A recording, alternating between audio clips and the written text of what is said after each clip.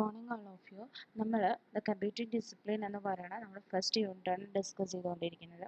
അപ്പോൾ ഫസ്റ്റ് യൂണിറ്റിലെ 2 പോർഷൻസ് നമ്മൾ ഓൾറെഡി ഡിസ്കസ് ചെയ്ത് കഴിഞ്ഞു. ആയിരുന്നു നമ്മൾ കഴിഞ്ഞ ക്ലാസ്സിൽ ഡിസ്കസ് ചെയ്തിട്ടുണ്ടായിരുന്നത് the counting and the evolution of position number system.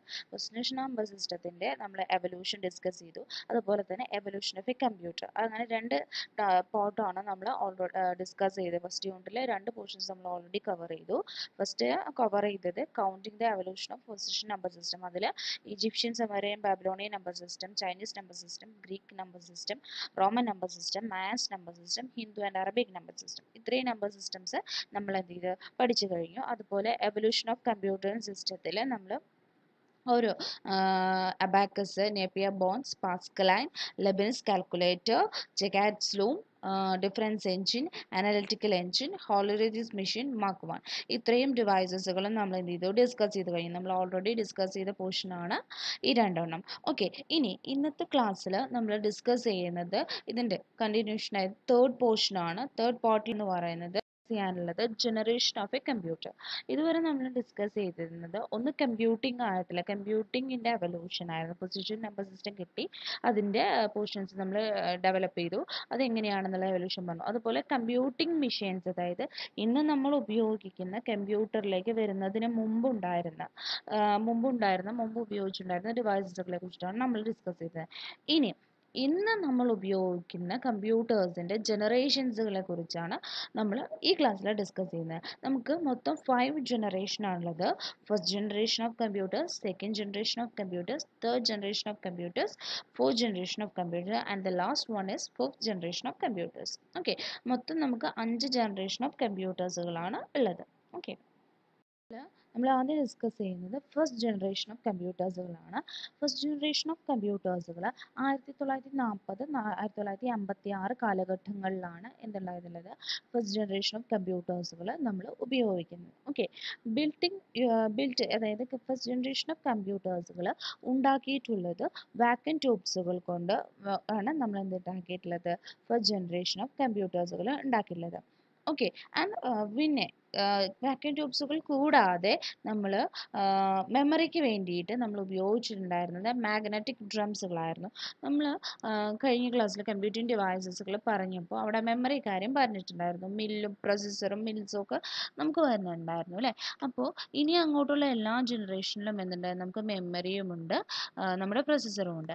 ഇവിടെ നമ്മൾ ഫസ്റ്റ് ജനറേഷൻ ഓഫ് കമ്പ്യൂട്ടറിൽ build using vacuum tubes for സർക്യൂട്ടറിക്ക് വേണ്ടിയിട്ട് നമ്മൾ വാക്വം ട്യൂബ്സുകളും അതുപോലെ മെമ്മറിക്ക് വേണ്ടിയിട്ട് നമ്മൾ മാഗ്നറ്റിക് ഡ്രംസുകളുമാണ് യൂസ് ഉണ്ടായിരുന്നത്.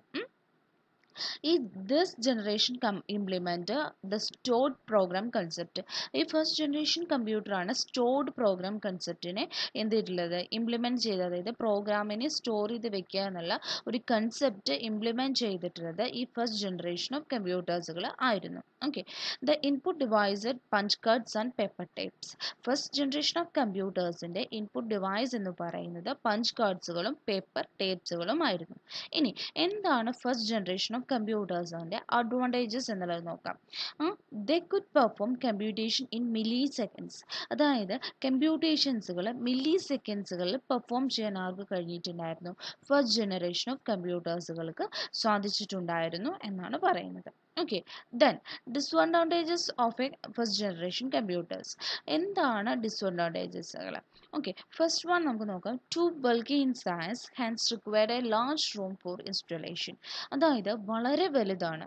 First generation of computers like Mark 1s ഒക്കെ നിങ്ങൾ കണ്ടില്ലേ, കഴിഞ്ഞ കമ്പ്യൂട്ടിംഗ് ഡിവൈസിൽ മാർക്ക് 1 കണ്ട പോലെ തന്നെ ബൾക്ക് ഇൻ സൈസാണ്, വളരെ വലിയ സൈസാണ്. അതുകൊണ്ട് തന്നെ ഒരു വലിയ ഒരു റൂം തന്നെ എന്തിനു വേണം, നമുക്ക് ഫസ്റ്റ് ജനറേഷൻ ഓഫ് കമ്പ്യൂട്ടേഴ്സിനെ ഇൻസ്റ്റാൾ ചെയ്യാൻ വേണ്ടിയിട്ട് നമുക്കൊരു വലിയ റൂം തന്നെ ആവശ്യമാണ്. Okay, thousands of vacuum tubes that are used to emit large amount of heat. അതായത് ഒരുപാട് തൗസൻഡ്സ് ഓഫ് വാക്വം ട്യൂബ്സുകൾ നമ്മൾ ഇതിന് ഉപയോഗിക്കുന്നുണ്ട്. അതുകൊണ്ട് തന്നെ എന്താണ് ഹീറ്റിൻ്റെ, അതായത് ചൂട് വളരെയധികം കൂടുതലാണ്. എന്തിന്, നമ്മൾ ഫസ്റ്റ് ജനറേഷൻ ഓഫ് കമ്പ്യൂട്ടേഴ്സിന് വളരെയധികം ചൂട് കൂടുതലാണ്. ദെൻ നെക്സ്റ്റ് പറയുന്നത് air conditioner was must for the proper working of computers. A C എന്ന് പറയുന്നത് എപ്പോഴും കമ്പ്യൂട്ടറിൻ്റെ പ്രോപ്പർ വർക്കിങ്ങിന് എപ്പോഴും എന്താണ് എ സി കൂടി, കാരണം എത്രയധികം ചൂടാവുന്നു അത്രയും നമുക്ക് കമ്പ്യൂട്ടറിനെ തണുപ്പിച്ചേ പറ്റൂ. അതുകൊണ്ട് തന്നെ എ സി ഇല്ലാതെ നമുക്ക് എന്ത് സാധിക്കില്ലായിരുന്നു, proper working of computers possible അല്ലായിരുന്നു. നോൺ പോർട്ടബിൾ എന്ന് പറഞ്ഞിട്ടുണ്ടെങ്കിൽ എന്താണ്, നമുക്ക് കയ്യിൽ കൊണ്ട് നടക്കാൻ പറ്റില്ല, നമുക്ക് മൂവ് ചെയ്യിക്കാൻ വളരെ ബുദ്ധിമുട്ടാണ്, അത് ഒരു റൂമിനുള്ളിൽ തന്നെ ഇങ്ങനെ ഇരിക്കും. അതാണ് നോൺ പോർട്ടബിൾ എന്ന് പറയുന്നത്. High power consumption and short life span.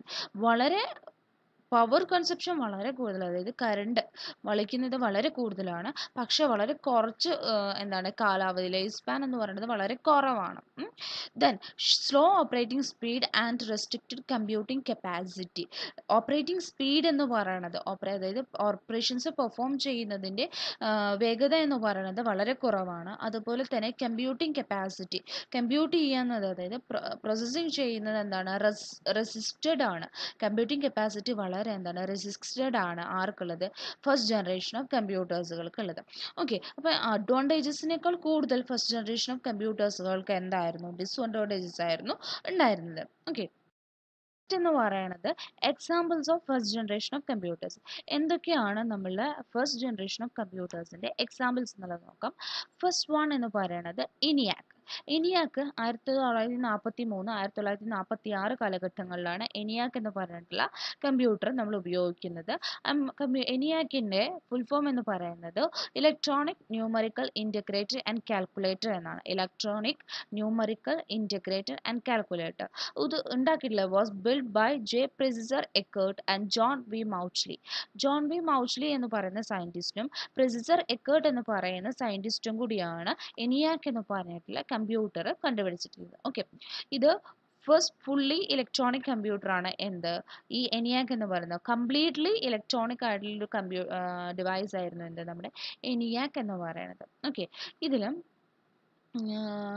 ഇതിൽ 200 മൈക്രോ സെക്കൻഡ്സ്, അതായത് അഡിഷന് വേണ്ടിയിട്ട് നമ്മൾ, അതായത് രണ്ട് നമ്പേഴ്സുകൾ ആഡ് ചെയ്യാൻ വേണ്ടിയിട്ട് നമ്മൾ 200 മൈക്രോ സെക്കൻഡ്സുകളും അതുപോലെ മൾട്ടിപ്ലിക്കേഷന് വേണ്ടിയിട്ട് 2000 മൈക്രോ സെക്കൻഡ്സുകളുമാണ് യൂസ് ചെയ്തിട്ടുണ്ടായിരുന്നത്. ENIAC കമ്പ്യൂട്ടറിൽ അഡിഷൻ ഓപ്പറേഷന് വേണ്ടിയിട്ട് 200 മൈക്രോ സെക്കൻഡ്സുകളും അതുപോലെ മൾട്ടിപ്ലിക്കേഷന് വേണ്ടിയിട്ട് 2000 മൈക്രോ സെക്കൻഡ്സുകൾ നമുക്ക് ആവശ്യമുണ്ടായിരുന്നുള്ളൂ. ഓക്കെ, ഇനി ഇതിൻ്റെ പ്രത്യേകത എന്ന് പറയുന്നത് നമ്മൾ നേരത്തെ പറഞ്ഞ, അതായത് ഫസ്റ്റ് ജനറേഷൻ കമ്പ്യൂട്ടേഴ്സിൻ്റെ കാര്യങ്ങളൊക്കെ തന്നെ വളരെ വലുതായിരുന്നു, ലോങ് ആയിരുന്നു, 30 ടൺ ഭാരമുണ്ടായിരുന്നു, 18,000-ഓളം വാക്യൂം ട്യൂബ്സുകൾ ENIAC കമ്പ്യൂട്ടർ കണ്ടെയ്ൻ ചെയ്തിട്ടുണ്ടായിരുന്നു. അതുപോലെ 70,000-ഓളം രജിസ്റ്റേഴ്സുകൾ ആര് കണ്ടെയ്ൻ ചെയ്തിട്ടുണ്ടായിരുന്നു, ENIAC കമ്പ്യൂട്ടർ കണ്ടെയ്ൻ ചെയ്തിട്ടുണ്ടായിരുന്നു. 10,000-ഓളം കപ്പാസിറ്റേഴ്സുകൾ ആര് കണ്ടെയ്ൻ ചെയ്തിട്ടുണ്ടായിരുന്നു, ENIAC കമ്പ്യൂട്ടേഴ്സുകൾ കണ്ടെയ്ൻ ചെയ്തിട്ടുണ്ടായിരുന്നു. 1,50,000 വാട്ട്സ് ആണ് എന്ത്, ENIAC കമ്പ്യൂട്ടർ ഉപയോഗിച്ചിരുന്ന ഇലക്ട്രിസിറ്റിയുടെ പവർ എന്ന് പറയുന്നത്. എന്തൊക്കെയാണ്, 30 ടൺ ഭാരം, വളരെ വലുതാണ്, 30 ടൺ ഭാരവും 18,000 വാക്യൂം ട്യൂബ്സുകളും 70,000 രജിസ്റ്റേഴ്സുകളും 15,000 കപ്പാസിറ്റേഴ്സുകളും 1,50,000 വാട്ട്സ് ഓഫ് ഇലക്ട്രിസിറ്റിയും ആരും ഉപയോഗിച്ചിട്ടുണ്ടായിരുന്നു, ENIAC കമ്പ്യൂട്ടേഴ്സുകൾ ഉപയോഗിച്ചിട്ടുണ്ടായിരുന്നു. അതൊന്ന് ഓർത്ത് വെക്കുക കേട്ടോ. ദെൻ നെക്സ്റ്റ് വരുന്നത് 1947-49 കാലഘട്ടങ്ങളിൽ EDSAC എന്ന് പറയുന്ന കമ്പ്യൂട്ടറുകൾ വന്നു. Electronic delay storage automatic computer എന്നാണ് EDSACിൻ്റെ full form. EDSAC means electronic delay storage automatic computer. 1947 to 1949 വരെ ആണ് നമ്മൾ EDSAC കമ്പ്യൂട്ടേഴ്സുകൾ യൂസ് ചെയ്തിട്ടുണ്ടായിരുന്നത്. ഇത് അഡിഷൻ എന്ന് പറയുന്നത് 1500 മൈക്രോ സെക്കൻഡ്സുകളിൽ 1500 മൈക്രോ സെക്കൻഡ്സുകൾ നമുക്ക് എന്ത് ചെയ്യുന്നു, അഡിഷന് പെർഫോം ചെയ്യാൻ സാധിച്ചിട്ടുണ്ടായിരുന്നു. ദെൻ നെക്സ്റ്റ് വരുന്നത് 1949 തൊട്ട് 1952 കാലഘട്ടങ്ങളിൽ നമ്മൾ ഉപയോഗിച്ചിട്ടുണ്ടായിരുന്ന കമ്പ്യൂട്ടറിൻ്റെ പേരാണ് EDVAC. EDVAC means electronic discrete variable automatic computer. Electronic discrete variable automatic computer അഥവാ EDVAC. Okay, stored program concept completely used in this EDVAC computers. Okay. The next computer is UNIVAC. UNIVAC 4 Universal Automatic Computer. This അതിൻ്റെ year എന്ന് പറയുന്നത് 1951. 1950, അതായത് EDVAC ഉപയോഗിച്ചിരുന്ന കാലഘട്ടങ്ങളിൽ 1944-1952 അതിൽ 1951 ഒക്കെ ആയപ്പോഴേക്കും നമ്മൾ എന്ത് കണ്ടുപിടിച്ചിട്ടുണ്ട്, UNIVAC എന്ന് പറയുന്ന കമ്പ്യൂട്ടർ കണ്ടുപിടിച്ചിട്ടുണ്ട്. ഫസ്റ്റ് ഡിജിറ്റൽ കമ്പ്യൂട്ടറാണ് UNIVAC എന്ന് പറയുന്നത്. First digital computer is UNIVAC, produced by Universal Accounting Company, set up by Eckert and Mauchly. അതായത് ENIAC കമ്പ്യൂട്ടർ കണ്ടുപിടിച്ച അതേ സയൻറ്റിസ്റ്റുകൾ തന്നെയാണ് എന്ത് കണ്ടുപിടിച്ചിട്ടുള്ളത്, ഈ യൂണിവാക് കമ്പ്യൂട്ടേഴ്സുകളും കണ്ടുപിടിച്ചിട്ടുള്ളത്. Magnetic medium for data input and output, അതായത് ഡാറ്റ, അതായത് നമ്മൾ ഇൻപുട്ട് ഔട്ട്പുട്ട് ഡിവൈസസുകൾക്ക് വേണ്ടിയിട്ട് മാഗ്നറ്റിക് മീഡിയം ആയിരുന്നു എന്തിൽ ഉപയോഗിച്ചിട്ടുണ്ടായിരുന്നത്, യൂണിവാക് ഡിവൈസസുകളിൽ ഉപയോഗിച്ചിട്ടുണ്ടായിരുന്നത്. അപ്പോൾ ഇത്രയുമാണ് ഫസ്റ്റ് ജനറേഷൻ ഓഫ് കമ്പ്യൂട്ടേഴ്സിനുള്ള example. ENIAC, EDSAC, EDVAC and UNIVAC 4 കമ്പ്യൂട്ടേഴ്സുകളാണ് നമ്മൾ ഫസ്റ്റ് ജനറേഷൻസിൽ യൂസ് ചെയ്തിട്ടുണ്ടായിരുന്നത്. ഓക്കെ, അപ്പോൾ ഇത് അതിൻ്റെ ഫിഗറാണ് കേട്ടോ. ഒരു ഫുൾ റൂം നിറയെ നമുക്ക് എന്തുണ്ട്, നമ്മുടെ കമ്പ്യൂട്ടർ ഇരിക്കുന്നുണ്ട്. ഓക്കെ, ഇതാണ് വാക്യൂം ട്യൂബ്സുകൾ. വാക്യൂം ട്യൂബ്സുകൾ നിങ്ങൾ നമുക്ക് ഫിസിക്സിലൊക്കെ പഠിക്കുമ്പോൾ നമുക്ക് വാക്യൂം ട്യൂബ്സുകൾ കാണാൻ പറ്റും കേട്ടോ. വാക്യൂം ട്യൂബ്സുകളുടെ ഫിഗർ. ഇനി നമുക്ക് പഠിക്കാനുള്ളത് സെക്കൻഡ് ജനറേഷൻ ഓഫ് കമ്പ്യൂട്ടേഴ്സുകളാണ്. സെക്കൻഡ് ജനറേഷൻ ഓഫ് കമ്പ്യൂട്ടേഴ്സുകൾ 1956 to 1963 കാലഘട്ടങ്ങളിലാണ് സെക്കൻഡ് ജനറേഷൻ ഓഫ് കമ്പ്യൂട്ടേഴ്സുകൾ ഉപയോഗിച്ചിട്ടുണ്ടായിരുന്നത്. Vacuum tubes are replaced by transistors. Second generation of കമ്പ്യൂട്ടേഴ്സുകളിൽ വാക്യൂം ട്യൂബ്സുകൾക്ക് പകരം നമ്മൾ എന്ത് ഉപയോഗിച്ചു, ട്രാൻസിസ്റ്റേഴ്സുകൾ യൂസ് ചെയ്യാൻ തുടങ്ങി. Okay, it was developed at Bell Laboratories by John Bardeen and Walter Brattain William Shockley in 1947. Okay, ഇത് ഡെവലപ്പ് ചെയ്തിട്ടുള്ളത് ബെൽ ലബോറട്ടറീസിലെ ജോൺ ബാഡിൻ എന്ന് പറയുന്ന സയൻറ്റിസ്റ്റും അതുപോലെ വാൾട്ടർ ബ്രറ്റാനി എന്ന് പറയുന്ന സയൻറ്റിസ്റ്റും വില്യം ഷോക്ലി എന്ന് പറയുന്ന സയൻറ്റിസ്റ്റും 3 സയൻറ്റിസ്റ്റുകൾ ചേർന്നിട്ടാണ് ബെൽ ലബോറട്ടറിയിൽ വെച്ച് 1947 സെക്കൻഡ് ജനറേഷൻ ഓഫ് കമ്പ്യൂട്ടേഴ്സുകൾക്ക് രൂപം കൊടുത്തത്. Okay, second generation of computer that the concept of programming language was developed. നമുക്ക് പ്രോഗ്രാമിംഗ് ലാംഗ്വേജ് എന്ന് പറയുന്ന ഒരു കൺസെപ്റ്റ് വന്നിട്ടുള്ളത് എന്തിലായിരുന്നു, സെക്കൻഡ് ജനറേഷൻ ഓഫ് കമ്പ്യൂട്ടേഴ്സുകളായിരുന്നു. ഓർത്ത് വയ്ക്കുക, പ്രോഗ്രാമിംഗ് ലാംഗ്വേജ് എന്ന് പറയുന്ന കൺസെപ്റ്റ് നമ്മൾ യൂസ് ചെയ്തിട്ടുണ്ടായിരുന്നത് സെക്കൻഡ് ജനറേഷൻ ഓഫ് കമ്പ്യൂട്ടേഴ്സുകളിൽ ആയിരുന്നു. Okay, this generation used magnetic core memory and magnetic disk memory for primary and secondary storage respectively. അതായത് ഈ കമ്പ്യൂട്ടേഴ്സുകളിൽ നമ്മൾ മെമ്മറിക്ക്, അതായത് പ്രൈമറി മെമ്മറി ആയിട്ട് മാഗ്നറ്റിക് കോറും സെക്കൻഡറി മെമ്മറി ആയിട്ട് മാഗ്നറ്റിക് ഡിസ്കുമാണ് യൂസ് ചെയ്തിട്ടുണ്ടായിരുന്നത്. ഓക്കെ, ഇതിൽ നമ്മൾ ഉപയോഗിച്ചിട്ടുണ്ടായിരുന്ന 2 ലാംഗ്വേജുകളാണ്, പ്രോഗ്രാമിംഗ് ലാംഗ്വേജുകളാണ് ഫോർട്ടണും കൊബോളും. ഹൈ ലെവൽ പ്രോഗ്രാമിംഗ് ലാംഗ്വേജ് ആയിട്ടുള്ള ഫോർട്ടൺ, കൊബോളൊക്കെ നമ്മൾ യൂസ് ചെയ്തിട്ടുണ്ടെങ്കിൽ ഇൻട്രൊഡ്യൂസ് ചെയ്തിട്ടുള്ളത് 1956-63 കാലഘട്ടങ്ങളിൽ ഉപയോഗിച്ചിരുന്ന കമ്പ്യൂട്ടേഴ്സുകളിലാണ്, അതായത് സെക്കൻഡ് ജനറേഷൻ ഓഫ് കമ്പ്യൂട്ടേഴ്സുകളിലാണ്. ഓക്കെ, ഇതിൻ്റെ അഡ്വാൻറ്റേജസ് എന്ന് പറയുന്നത് എന്താണെന്ന് നോക്കാം. ഓക്കെ, അഡ്വാൻറ്റേജസിൽ ഫസ്റ്റ് പറയുന്നത് smaller in size and more powerful and first. ഇത് കമ്പാരിറ്റീവ് നിങ്ങൾ എപ്പോഴും ശ്രദ്ധിക്കുക, നമ്മൾ ഓരോ ജനറേഷൻ്റെയും അഡ്വാൻറ്റേജസ് പറയുന്നത് തൊട്ട് മുമ്പുള്ള ജനറേഷനെ കമ്പയർ ചെയ്തിട്ടാണ്. Okay, comparing with first generation of computers, second generation of computers are smaller in size and more powerful and first.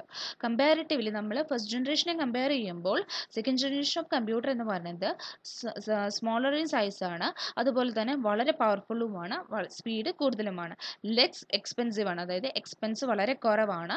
കുറച്ച് നമ്മൾ കമ്പയർ ചെയ്യുമ്പോൾ ഫസ്റ്റ് ജനറേഷൻ ഓഫ് കമ്പയർ ചെയ്യുമ്പോൾ കുറച്ച് ഇലക്ട്രിസിറ്റി മതി. അതുപോലെ ഹീറ്റ് എമിറ്റ് ചെയ്യുന്നതും എന്താണ്, കുറവാണ്. കാരണം നമ്മൾ വാക്യൂം ട്യൂബ്സുകൾ റീപ്ലേസ് ചെയ്തിട്ട് ട്രാൻസിസ്റ്റേഴ്സുകൾ യൂസ് ചെയ്തു. അതുകൊണ്ട് തന്നെ കുറച്ച് ഇലക്ട്രിസിറ്റിയും കുറച്ച് ചൂടുമേ എന്തിൽ നമുക്ക് വരുള്ളൂ, സെക്കൻഡ് ജനറേഷൻ ഓഫ് കമ്പ്യൂട്ടേഴ്സിൽ വരുള്ളൂ. Required manufacturing cost and Hans wider commercial use, അതായത് മാനുഫാക്ചറിങ് കോസ്റ്റ് കുറഞ്ഞു, റെഡ്യൂസ്ഡ് മാനുഫാക്ചറിങ് കോസ്റ്റ് കുറഞ്ഞത് കാരണം കൊമേഴ്ഷ്യൽ ആയിട്ട് എന്ത് ചെയ്യാൻ തുടങ്ങി, ഇത് യൂസ് ചെയ്യാൻ തുടങ്ങി. അതായത് ഫസ്റ്റ് ജനറേഷൻ ഓഫ് കമ്പ്യൂട്ടേഴ്സ് ഒക്കെ ഓൺലി ഫോർ സയൻറ്റിഫിക്കൽ പർപ്പസിലേക്ക് വന്നപ്പോൾ സെക്കൻഡ് ജനറേഷൻ ഓഫ് കമ്പ്യൂട്ടേഴ്സുകളിൽ നമ്മൾ എന്തിനു വേണ്ടി യൂസ് ചെയ്യും, കൊമേഴ്ഷ്യൽ യൂസസുകൾക്ക് ആയിട്ട് ഉപയോഗിക്കുന്നത്. കൊമേഴ്ഷ്യൽ യൂസ് എന്ന് പറഞ്ഞാൽ എന്താണ്, പൊതു കാര്യങ്ങൾക്ക് വേണ്ടിയിട്ട് നമ്മൾ ഉപയോഗിക്കാൻ തുടങ്ങി. ഓക്കെ, ഡിസഡ്വാൻറ്റേജസ് പറയുന്നത് എയർ കണ്ടീഷൻ, ഏതിലുമായാലും എയർ കണ്ടീഷൻ നമുക്ക് ആവശ്യമായിരുന്നു. അതുപോലെ തന്നെ എന്താണ്, frequent maintenance was required. Frequently നമ്മൾ ആഴ്ചകൾ അല്ലെങ്കിൽ മാസങ്ങൾ കറക്റ്റായിട്ട് എന്ത് വേണം, റിക്വയർമെൻറ്റ്സ് കൊടുക്കേണ്ടത് അത്യാവശ്യമായിട്ട് വന്നു. Commercial production was difficult and costly. കൊമേഴ്ഷ്യലായിട്ട്, അതായത് മറ്റേത് സയൻറ്റിഫിക് ആകുമ്പോൾ ലിമിറ്റഡ് നമ്പർ ഓഫ് മതി, പക്ഷേ കൊമേഴ്ഷ്യൽ യൂസ് ആകുമ്പോൾ എന്താണ്, അൺലിമിറ്റഡ് നമ്പർ ഓഫ് പ്രൊഡക്ട്സുകൾ നമുക്ക് ആവശ്യമാണ്. അതുകൊണ്ട് തന്നെ പ്രൊഡക്ഷൻ എന്ന് പറയുന്നത് ഡിഫിക്കൽട്ടും അതുപോലെ കോസ്റ്റ്ലിയുമായിരുന്നു സെക്കൻഡ് ജനറേഷൻ ഓഫ് കമ്പ്യൂട്ടേഴ്സുകൾ. സെക്കൻഡ് ജനറേഷൻ ഓഫ് കമ്പ്യൂട്ടേഴ്സിൻ്റെ ഒരു ഫിഗറാണ് കൊടുത്തിട്ടുള്ളത്. അതുപോലെ ട്രാൻസിസ്റ്ററിൻ്റെ ഒരു ഫിഗറും കൊടുത്തിട്ടുണ്ട്. ഓക്കെ, ട്രാൻസിസ്റ്റർ വാക്യൂം ട്യൂബ്സുകൾക്ക് പകരം സെക്കൻഡ് ജനറേഷനിൽ നമ്മൾ വാക്യൂം ട്യൂബ്സ് ട്രാൻസിസ്റ്ററാണ് നമ്മൾ റീപ്ലേസ് ചെയ്തത്. Okay. Then second generation of കമ്പ്യൂട്ടേഴ്സുകൾക്ക് എക്സാമ്പിളാണ് IBM 620. സ്മോളർ ഇൻ സൈസ് ആണ് നമ്മൾ ഉപയോഗിച്ചിരിക്കുന്നത് സയൻറ്റിഫിക് പർപ്പസിനാണ്. Then IBM 1401 small to medium രണ്ട് സൈസിലും അവൈലബിൾ ആയിരുന്നു. ബിസിനസ് പർപ്പസ് ആണ് നമ്മൾ ഉപയോഗിച്ചുകൊണ്ടിരുന്നത്. IBM 7094 ലാർജ് ഓൺ സൈസ് നമ്മൾ സയൻറ്റിഫിക് ആൻഡ് ബിസിനസ് പർപ്പസിന് യൂസ് ചെയ്തിട്ടുണ്ടായിരുന്നു. CDC 1604 മീഡിയം ടു ലാർജ് സൈസിൽ അവൈലബിൾ ആണ്, സയൻറ്റിഫിക് പർപ്പസ് ആണ് യൂസ് ചെയ്തിട്ടുണ്ടായിരുന്നത്. റാക്ക് 501 മീഡിയം സൈസ് ആണ്, ബിസിനസ് പർപ്പസിനാണ് യൂസ് ചെയ്തിട്ടുണ്ടായിരുന്നത്. നമ്മൾ പറഞ്ഞു കൊമേഴ്ഷ്യൽ യൂസിലേക്ക് വന്നു എന്ന് പറഞ്ഞു, അതാണ് ഈ ബിസിനസ് എന്നുള്ളത് കൊണ്ട് ഉദ്ദേശിക്കുന്നത്. ആദ്യം കാലഘട്ടങ്ങളിൽ സയൻറ്റിഫിക് എന്ന് പറഞ്ഞാൽ അല്ലെങ്കിൽ റിസർച്ച് പർപ്പസ് മാത്രമാണ് എന്തെങ്കിലും ഉപയോഗിച്ചിരുന്നത്, കമ്പ്യൂട്ടേഴ്സുകൾ യൂസ് ചെയ്തിട്ടുണ്ടായിരുന്നത്. പക്ഷേ കൊമേഴ്ഷ്യലായിട്ട് വന്നപ്പോൾ ബിസിനസ്സുകൾക്ക് നമ്മൾ എന്ത് ചെയ്യാൻ തുടങ്ങി, അത് ഉപയോഗിക്കാൻ തുടങ്ങി. ഓക്കെ. അപ്പോൾ മോഡൽ അല്ലെങ്കിൽ സെക്കൻഡ് ജനറേഷൻ ഓഫ് കമ്പ്യൂട്ടേഴ്സുകൾ ഒന്ന് ഓർത്ത് വയ്ക്കുക. 1964 to 1971 തേർഡ് ജനറേഷൻ ഓഫ് കമ്പ്യൂട്ടേഴ്സുകൾ നമ്മൾ ഉപയോഗിക്കുന്നത്. ഏതാണ്? 1964 to 1971 കാലഘട്ടങ്ങളിലാണ് തേർഡ് ജനറേഷൻ ഓഫ് കമ്പ്യൂട്ടേഴ്സുകൾ വരുന്നത്. ഇവിടെ നമ്മൾ ട്രാൻസിസ്റ്റേഴ്സുകളും വാക്യൂം ട്യൂബ്സുകളും ഒക്കെ കംപ്ലീറ്റ്ലി റിമൂവഡ് ആയി.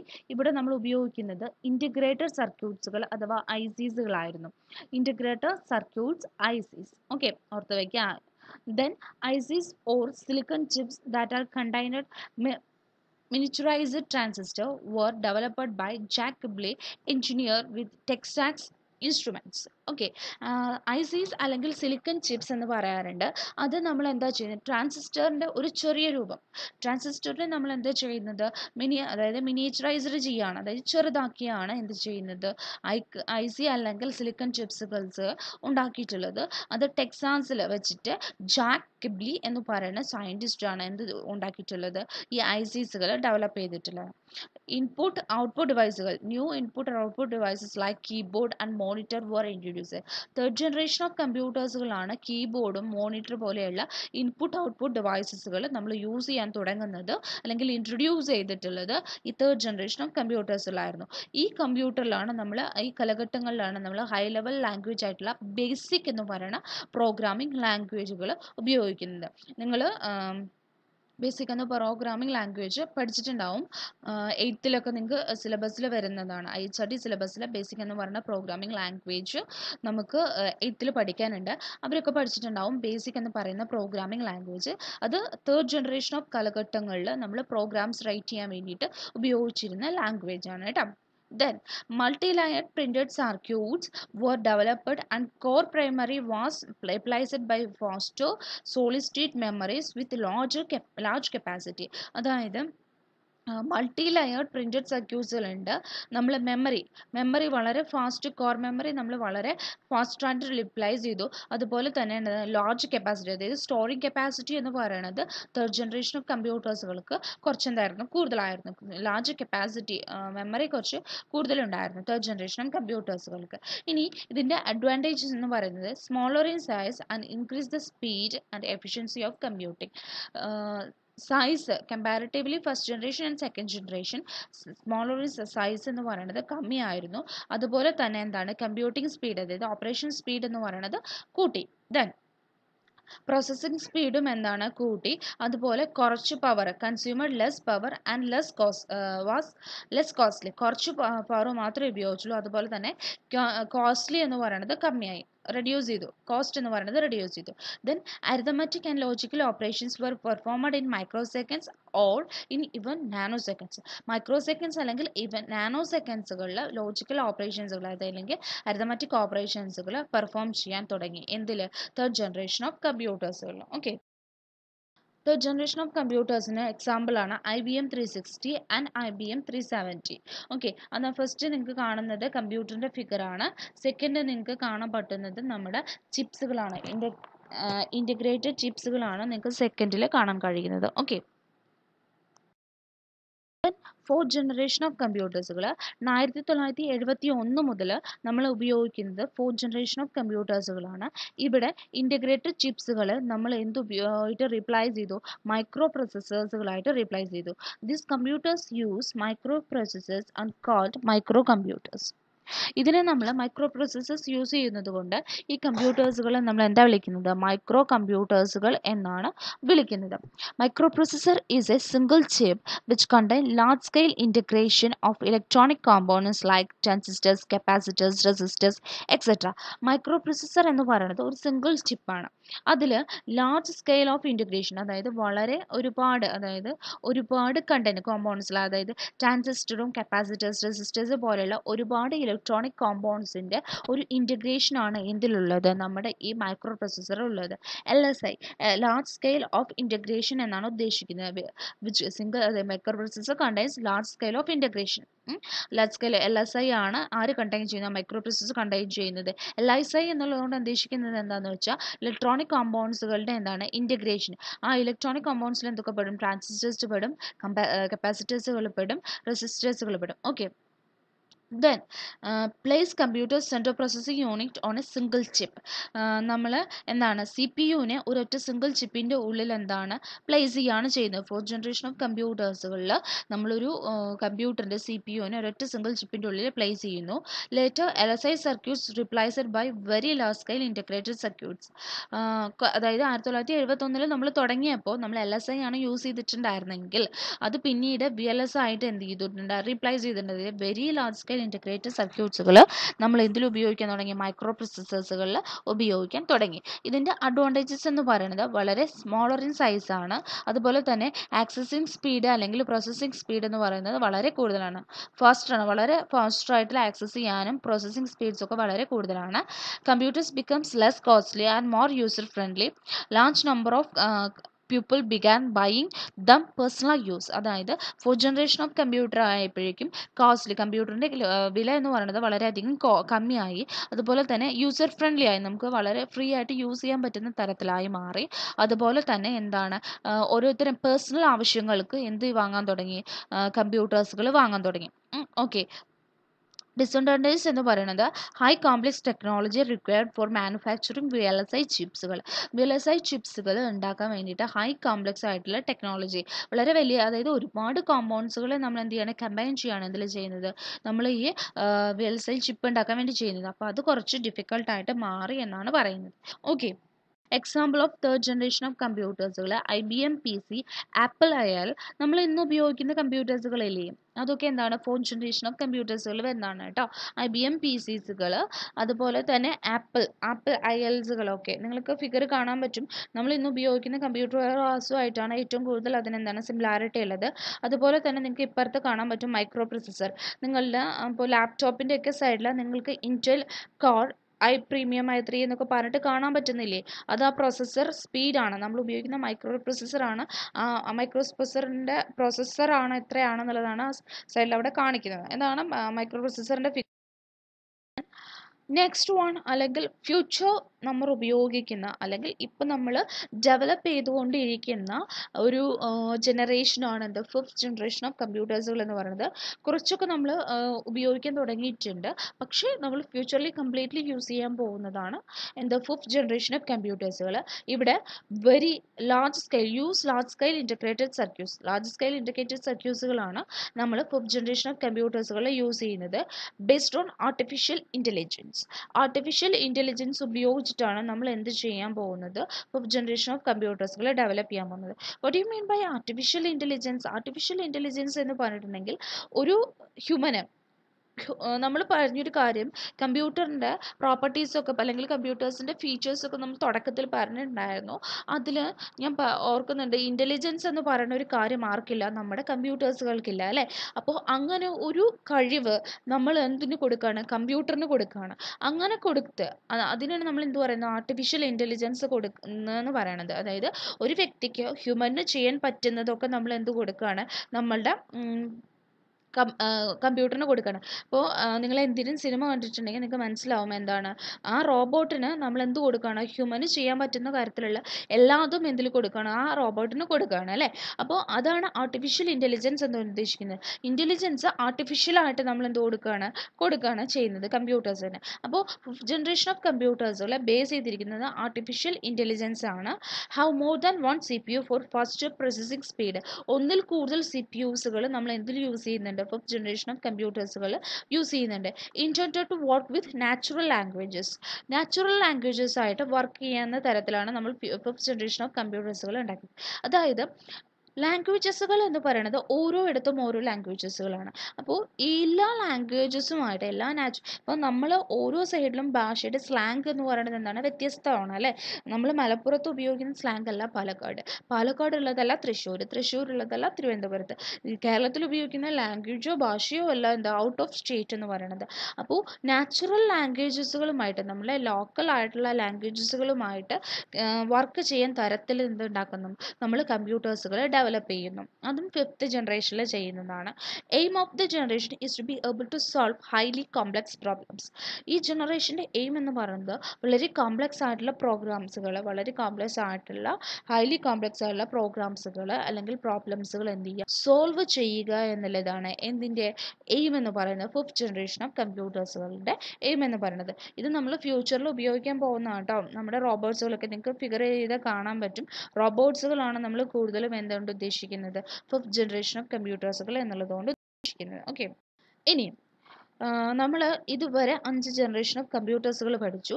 ആ 5 ജനറേഷൻ ഓഫ് കമ്പ്യൂട്ടേഴ്സിൻ്റെ ഒരു ഓവറോൾ ഫിഗറാണ് ഈ ഒരു ടേബിളിൽ കൊടുത്തിട്ടുള്ളത്.